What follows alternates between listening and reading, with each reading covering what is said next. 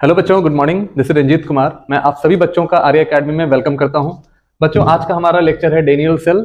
आप लोगों ने इलेक्ट्रोकेमिस्ट्री में इससे पहले फैराडे लॉ ऑफ इलेक्ट्रोलिसिस पढ़ा था, जिसमें मैंने आपको दो लॉ बताया था, जिसमें फर्स्ट लॉ था और दूसरा हमारा सेकेंड लॉ था। इस वीडियो में हम लोग बात करेंगे डेनियल सेल। देखिए, आप सबने पढ़ा भी होगा और बहुत अच्छे से आप जानते भी होंगे, लेकिन फिर भी मैं आपको रिवाइज करा रहा हूँ कि डेनियल सेल क्या होता है और इसके अंदर जो सेल का वर्किंग है वो कैसा होता है, इलेक्ट्रोड पोटेंशियल क्या होता है, सेल वर्क कब करेगा और नॉन इक्वेशन क्या होता है। एक 10 मिनट की वीडियोस में मैं आपको इस सारे कॉन्सेप्ट को आज क्लियर करने वाला हूं। तो बच्चों देखिए, यहाँ पे सबसे पहले मैं बात करूं डेनियल सेल की, तो इसमें हमारा दो कंटेनर होता है, यानी कि हमारे पास दो हाफ सेल्स होते हैं। देखिए, ये हमारा जिंक सल्फेट है पहले हाफ सेल में, दूसरे हाफ सेल में हमारा कॉपर सल्फेट सॉल्यूशन है। अब इस हाफ सेल में आप ध्यान से देखेंगे तो जिंक सल्फेट में से आपका जिंक 2+ आयन सेपरेट होगा और यहां पे आप देखिएगा तो कॉपर 2+ आयन सेपरेट होगा। ठीक है, तो जिंक 2+ आयन, जैसे फैराडे फर्स्ट लॉ में आपने देखा था कि जो आपका जिंक आयन था वो इस वाले रॉड पे जाकर जमा हो जाएगा और कॉपर आयन जो है आपका, जिंक आयन जो है वो आपके सॉल्यूशन में चला जाएगा और कॉपर जो आयन है वो आपका इस रॉड पे जाकर जमा हो जाएगा। ध्यान से देखिएगा, पहले हाफ सेल की मैं कहानी आपको बता रहा हूं। देखिए, फर्स्ट हाफ सेल में क्या होता है कि zinc is more reactive than copper. याद रखेंगे, zinc is more reactive than copper. आपने इलेक्ट्रोकेमिकल सीरीज देखा था जिसमें यह समझ में आया था कि जिंक इज मोर रिएक्टिव, इसीलिए क्योंकि यहां जिंक जल्दी इलेक्ट्रॉन को लॉस करता है। जब इलेक्ट्रॉन को लॉस ये जल्दी करेगा तो मान लीजिए कि अगर जिंक इलेक्ट्रॉन लॉस करेगा तो zinc after losing 2 electrons zinc ion में चेंज हो जाएगा और 2 इलेक्ट्रॉन आकर इस वाले रॉड के ऊपर जाकर जमा हो जाएगा। ध्यान से देखिए, बहुत इंपॉर्टेंट है। यानी कि जिंक जो एटम है ना, सॉल्यूशन में ध्यान से देखिएगा, सॉल्यूशन जो है आपका उसमें क्या है, उसमें जिंक सल्फेट है और आपने जो रॉड लिया है वो क्या है, जिंक का रॉड है ना। आपने जो रॉड लिया है वो जिंक रॉड है। अब जो जिंक रॉड है उसको हमने जिंक सल्फेट सॉल्यूशन में डिप किया है, तो इस जिंक रॉड में से जितने भी एटम है, जिंक एटम है, वो जिंक आयन में चेंज हो रहे हैं। अब ये जो जिंक आयन है वो कहां पे आ रहा है, वो सारे जिंक आयन सॉल्यूशन में आ रहे हैं। इसका मतलब हम कह सकते हैं कि जिंक का कॉन्सेंट्रेशन, Zn2+ का कॉन्सेंट्रेशन सॉल्यूशन के अंदर डिक्रीज कर रहा है, सॉल्यूशन के अंदर। तो बेटा, यहां पे मैंने आपको यह बताया है कि जो जिंक रॉड है वो जिंक एटम आयंस में चेंज होगा और वो सॉल्यूशन के अंदर जाएगा और यहां पे जिंक का कॉन्सेंट्रेशन बढ़ जाएगा। तो जिंक का कॉन्सेंट्रेशन सल्फेट आयन से तो इंक्रीज कर गया, इसका मतलब हमारा न्यूट्रलिटी तो डिस्टर्ब हो जाएगा सॉल्यूशन का। अब यहां एक चीज समझिए कि जिस तरह से जिंक आयन यहां सॉल्यूशन के अंदर चला जाएगा और वो 2 इलेक्ट्रॉन हमारे इस रॉड के ऊपर जमा हो जाएगा, तो आप यहां देख सकते हैं कि रॉड पे नेगेटिव चार्ज का कॉन्सेंट्रेशन यानी कि इलेक्ट्रॉन का कॉन्सेंट्रेशन बढ़ गया। अब ये इलेक्ट्रॉन घूमते फिरते जाएगा ना इधर से, ऐसे देखो, तो इस वाले हाफ सेल में इलेक्ट्रॉन होते हुए यहां पे इधर इस रास्ते से होते हुए यहां पहुंचेगा। अब यहां पे क्या है, इसको समझिए। जैसे यहां पे इलेक्ट्रॉन आया, ठीक है ना, कॉपर यहां पे +2 चार्ज में, देखो यहां पे Cu के ऊपर +2 चार्ज है, तो सॉल्यूशन से Cu+2 निकल कर इस रॉड के ऊपर जमा होते जाएगा।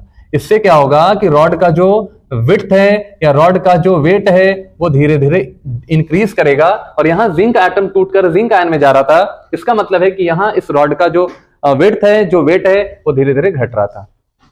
तो आप यहां देख सकते हैं कि कॉपर +2 का कॉन्सेंट्रेशन, देखिए कॉपर +2 का कॉन्सेंट्रेशन यहां सल्फेट आयन के कॉन्सेंट्रेशन से डिक्रीज कर रहा है, यानी कम हो रहा है। तो कॉपर का कॉन्सेंट्रेशन कम हो गया, सल्फेट का कॉन्सेंट्रेशन बढ़ गया, यहां भी आपका चार्ज अनबैलेंस हो गया, तो चार्ज यहां भी न्यूट्रलाइज नहीं हुआ, है ना। तो चार्ज का न्यूट्रलिटी का बहुत बड़ा इशू आ रहा था इस वाले सेल में, है ना, डेनियल सेल में सबसे बड़ा इशू आ रहा था।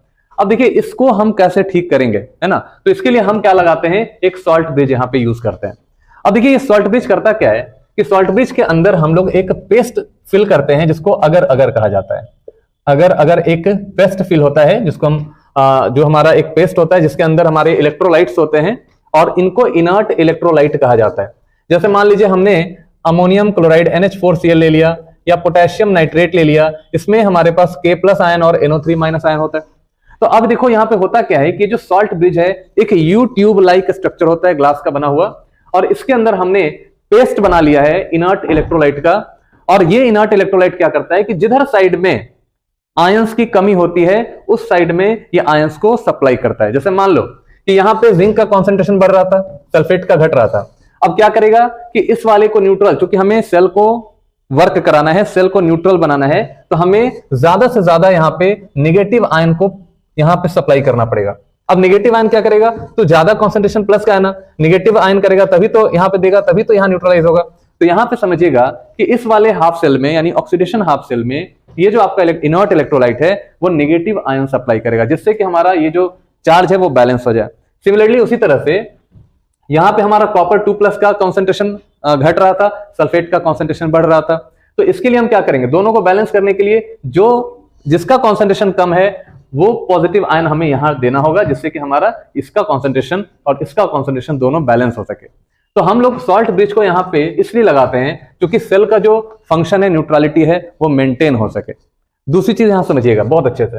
अब देखिए होता क्या है कि जैसे ही इलेक्ट्रॉन यहां जमा होता है और जिंक आयन का कॉन्सेंट्रेशन यहां बढ़ जाता है, तो जिंक आयन का कॉन्सेंट्रेशन यानी कि जिंक आयन मान लो यहाँ पे प्लस से हमने दिखा दिया, ठीक है ना, प्लस से दिखा दिया, ये सब जिंक आयन है आपका सॉल्यूशन के अंदर। यहाँ पे देखो इसके चारों तरफ जिंक आयन आपका जमा है ना, प्लस जिंक आयन जमा है। अब क्या हुआ कि ये जो प्लस जिंक आयन है और ये जो इलेक्ट्रॉन है, इसके बीच में एक पोटेंशियल डेवलप होता है ना। ये आपका देखो यहाँ पे ध्यान से, ये जिंक आयन है सॉल्यूशन में और इसके ऊपर इलेक्ट्रॉन जमा हो चुका है। अब क्या होगा कि इस पॉजिटिव चार्ज और इस वाले रॉड के ऊपर जो नेगेटिव चार्ज इलेक्ट्रॉन है, इनके बीच में एक इंटरेक्शन, एक फोर्स ऑफ अट्रैक्शन काम करता है। और जो कि चूंकि अपोजिट चार्ज है और दोनों जब चार्ज सेपरेट होता है कुछ अमाउंट ऑफ डिस्टेंस से, तो यहां पे हमारा पोटेंशियल डेवलप होता है ना। तो यहां पे इस रॉड के ऊपर एक पोटेंशियल भी डेवलप होता है जिसको कहा जाता है इलेक्ट्रोड पोटेंशियल। आई थिंक ये कॉन्सेप्ट क्लियर हो गया होगा। अब इसका देखो, इसका एक एडवर्स इफेक्ट क्या है कि ये जो आपका पॉजिटिव आयन है जो सॉल्यूशन में है और यहाँ जो इलेक्ट्रॉन है ये बंध जाता है। ये सब क्या होता है, ये सब एक दूसरे से बंध जाते हैं, तो इलेक्ट्रॉन इधर से इधर आना नहीं चाहता। क्यों? ये इलेक्ट्रॉन बड़ा खुश है क्योंकि यहाँ पॉजिटिव चार्ज के साथ ये काफी ज्यादा अट्रैक्टिव फोर्स से जुड़ा हुआ है, तो इलेक्ट्रॉन इधर से इधर मूव नहीं करता है। तो हमारा सेल वर्क कहां से करेगा, सोचो। या मीटर में कोई रीडिंग आएगी? कोई रीडिंग नहीं आएगी। तो इसका मतलब है कि हमें इलेक्ट्रॉन को फ्री करना है। अब इलेक्ट्रॉन को फ्री करने के लिए हमें चाहिए इनर्ट इलेक्ट्रोलाइट। तो जिस साइड में जो चार्ज हमारा ज्यादा है, मान लीजिए यहाँ पे हमारा जिंक 2+ का कॉन्सेंट्रेशन ज्यादा है, तो हम यहाँ पे नाइट्रेट आयन का कॉन्सेंट्रेशन यहाँ देंगे, मतलब नाइट्रेट आयन को यहाँ पे हम इसके अंदर डिफ्यूज करेंगे। और जैसे ही हमने नाइट्रेट आयन को डिफ्यूज किया तो ज्यादा से ज्यादा नाइट्रेट आयन आएगा और इस पॉजिटिव चार्ज को न्यूट्रलाइज करेगा।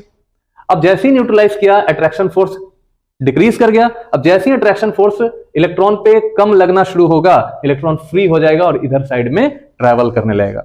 और जब इलेक्ट्रॉन की ट्रैवलिंग होगी तो यहां एमीटर में भी करंट का इंडिकेशन आपको मिल जाएगा। इज इट क्लियर बच्चों? चलिए, तो यहां पे ध्यान में रखिएगा, मैंने जो आपको समझाया है वो ये बताया है कि जिंक का कॉन्सेंट्रेशन बढ़ने की वजह से हमारा न्यूट्रलिटी डिस्टर्ब हो जा रहा है, और जब न्यूट्रलिटी डिस्टर्ब हो जाएगा तो इलेक्ट्रॉन्स का फ्लो नहीं होगा। अब जैसे जिंक का कॉन्सेंट्रेशन बढ़ेगा, इलेक्ट्रॉन्स जो हैं वो टाइटली पैक्ड हो जाएंगे, इलेक्ट्रॉन्स फ्री नहीं होंगे। अब जब इलेक्ट्रॉन फ्री नहीं होंगे तो एमीटर में कोई रीडिंग आपको नहीं मिलेगा। अब जैसे हमें चाहिए एमीटर में रीडिंग, तो उसके लिए हमें इलेक्ट्रॉन को फ्री करना पड़ेगा। अब उसके लिए क्या करना है कि हमारा इनर्ट इलेक्ट्रोलाइट का जो इस साइड में अगर पॉजिटिव चार्ज का कॉन्सेंट्रेशन बढ़ा है तो वहां नेगेटिव आयन को आप फ्लो करवा दो। जो आपने अगर पेस्ट को फिल किया है, इस साइड में नेगेटिव आयन का कॉन्सेंट्रेशन बढ़ा है, पॉजिटिव आयन का कम हुआ है, तो आपने यहाँ पे पॉजिटिव आयन का कॉन्सेंट्रेशन बढ़ाया। ठीक है, तो इस तरह से हमारा इलेक्ट्रॉन का फ्लो इस साइड से इस साइड होने लगा और हमारा सेल वर्क करने लगा। तो देखो यहाँ पे शॉर्ट ब्रिज का ना कुछ फंक्शन होता है। शॉर्ट ब्रिज क्या करता है? तो शॉर्ट ब्रिज क्या करता है कि दोनों हाफ सेल को सेपरेट करता है। पहली बात, यहाँ पे जो आपका शॉर्ट ब्रिज है ये दो हाफ सेल को यहाँ पे सेपरेट करता है। अब देखिए, सेपरेट ही नहीं करता है, दोनों सॉल्यूशन को डिफ्यूज होने से बचाता है ना। दोनों सॉल्यूशन हमारा डिफ्यूज ना हो, इसके वजह इसके लिए हमने यहाँ पे क्या लगाया है? शॉर्ट ब्रिज लगाया। दूसरी चीज कि जो हमारा आयंस है, देखिए शॉर्ट ब्रिज लगाने का मकसद क्या होता है? शॉर्ट ब्रिज लगाने का ये मकसद है कि जिस साइड में जिस भी आयन का कॉन्सेंट्रेशन बढ़ गया है उसको न्यूट्रलाइज करना, यानी सेल के न्यूट्रलिटी को मेंटेन करना हमारा सबसे बड़ा मकसद होता है कि न्यूट्रलिटी मेंटेन रहे। अगर न्यूट्रलिटी मेंटेन रहेगी तो सेल हमारा अच्छा फंक्शन करेगा। ये बहुत इंपॉर्टेंट है, यहाँ पे ध्यान रखिएगा, है ना। दूसरी चीज है, कभी कभी जंक्शन पोटेंशियल डेवलप हो जाता है। अब जब जंक्शन पोटेंशियल मान लीजिए डेवलप होगा दोनों सेल के बीच में, जैसे दोनों कॉन्टेक्ट में रहेगा, तो कहीं ना कहीं सॉल्यूशंस के बीच में एक जंक्शन पोटेंशियल क्रिएट होता है। उस जंक्शन पोटेंशियल को डेवलप होने से बचाने के लिए, क्योंकि ये जब सेपरेट रहेगा ना तो डेवलप नहीं होगा, है ना। तो यहाँ जंक्शन पोटेंशियल को ये मिनिमाइज करने के लिए हम यहाँ शॉर्ट ब्रिज का यूज करते हैं। तो ये तीन बातें आपको ध्यान में रखनी चाहिए कि हम शॉर्ट ब्रिज को यूज क्यों करते हैं, है ना बच्चों। चलिए अब बात करते हैं कि थोड़ा सा अब हम इसके ऊपर आगे हम देख लेते हैं क्या है। देखिए, जिंक ने दो इलेक्ट्रॉन को लूज किया। आप जानते हो कि जहां पे इलेक्ट्रॉन का लॉस होता है वहां पे ऑक्सीडेशन होता है, यानी इस कंपार्टमेंट में हमारा ऑक्सीडेशन हो रहा है। तो ध्यान रखिएगा, ये हमारा ऑक्सीडेशन हाफ सेल होता है। और यहाँ पे चूंकि क्या हुआ कि Cu2+ इलेक्ट्रॉन को गेन करके यहाँ पे जमा हो गया, तो यहाँ पे इलेक्ट्रॉन चूंकि गेन हो रहा है तो इसको हम लिखेंगे रिडक्शन हाफ सेल। तो याद रखिएगा, एक हमारा ऑक्सीडेशन हाफ सेल हुआ, दूसरा हमारा रिडक्शन हाफ सेल होता है। याद रखिएगा, इलेक्ट्रॉन को लूज करना ऑक्सीडेशन होता है और इलेक्ट्रॉन को गेन करना रिडक्शन होता है ना। अच्छा, तो हमारा यहाँ पे जो जिंक है, जो ज्यादा रिएक्टिव एलिमेंट होता है, मेटल होता है, वो इलेक्ट्रॉन को लॉस करता है, और जो कम रिएक्टिव होता है वो इलेक्ट्रॉन को गेन करता है एज कंपेयर्ड। यहाँ पे कंपेरिजन जरूर देंगे।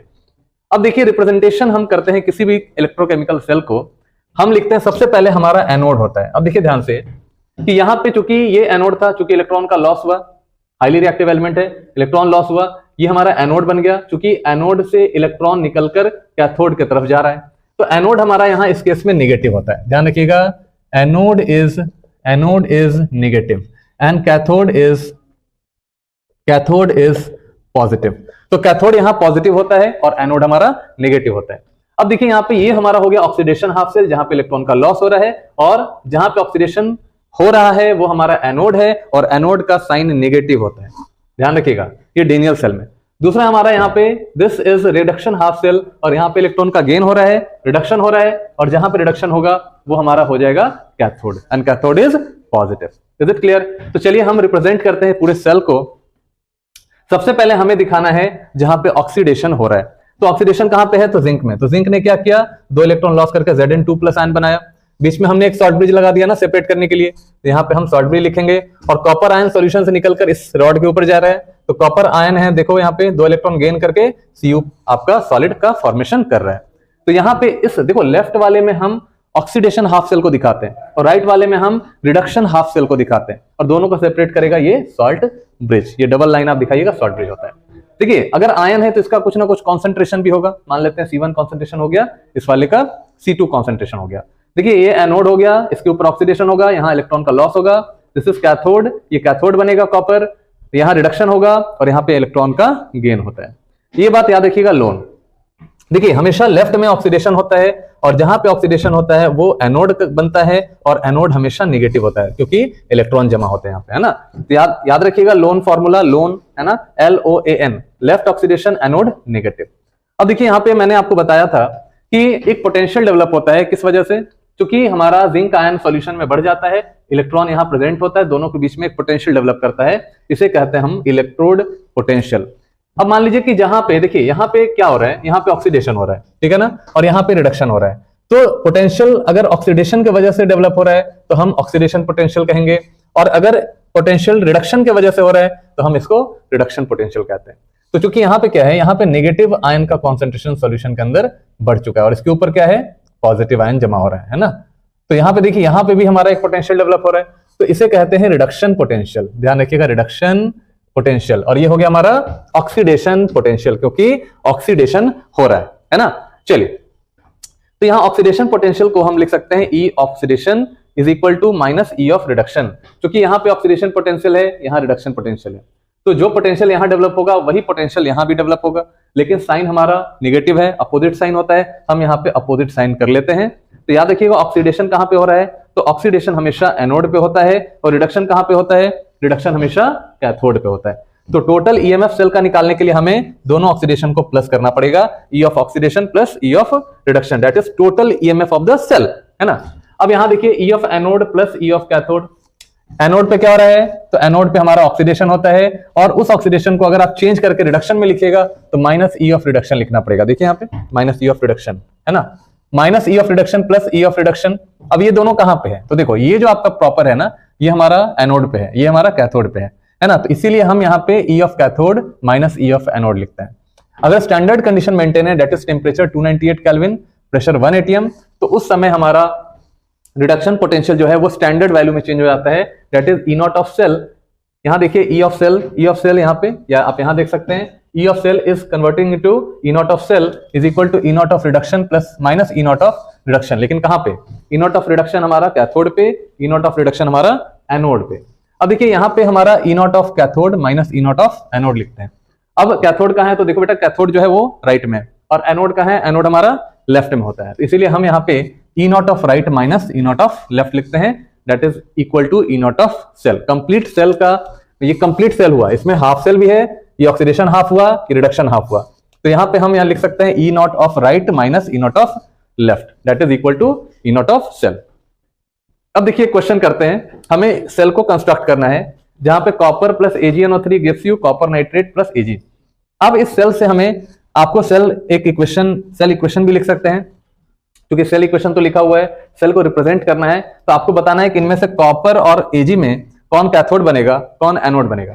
तो देखिए जहां पे इलेक्ट्रॉन का लॉस होगा वहां ऑक्सीडेशन होगा और वो आपका एनोड बनेगा, और जहां पे इलेक्ट्रॉन गेन करेगा वहां पे आपका कैथोड का फॉर्मेशन होगा। तो कॉपर यहाँ 0 ऑक्सीडेशन नंबर है, यहाँ पे देखिए +2 पे चला गया, मतलब इलेक्ट्रॉन का लॉस हुआ। जहां पे लॉस होगा वहां ऑक्सीडेशन होगा, वो काम एनोड का करेगा। तो कॉपर बन गया एनोड, और Ag देखो, Ag के ऊपर +1 चार्ज है, ये 0 में चेंज हो गया, तो यहाँ +1 से 0 में मतलब इलेक्ट्रॉन को गेन किया। अगर इलेक्ट्रॉन गेन करेगा तो यहाँ रिडक्शन होगा, और जहां रिडक्शन होता है वो बनता है कैथोड। Is it clear? तो यहाँ पे कॉपर एनोड हो गया और सिल्वर कैथोड हो गया। तो यहाँ पे आप इसको रिप्रेजेंट कर सकते हैं, copper convert into Cu2+, copper convert into Cu2+, short bridge लगाना है, और यहाँ पे Ag+ कन्वर्ट इनटू Ag, ये हमारा कैथोड हो गया। सिमिलरली हमारा Fe 0 से +2 पे चला गया है, तो इसका मतलब हम इसका एनोड बनाएंगे, और Sn +2 से 0 पे चला गया, इसका मतलब हम इसका कैथोड बनाएंगे। सेल रिप्रेजेंटेशन आप कर सकते हैं इसका simply Fe to Fe+2 and short bridge लगाएंगे Sn+2 to Sn। सही है? चलिए इस वाले में देखिए, यहाँ पे इस वाले में वर्किंग ऑफ द सेल है ना। तो देखिए यहाँ पे वर्किंग कैसे हम करेंगे,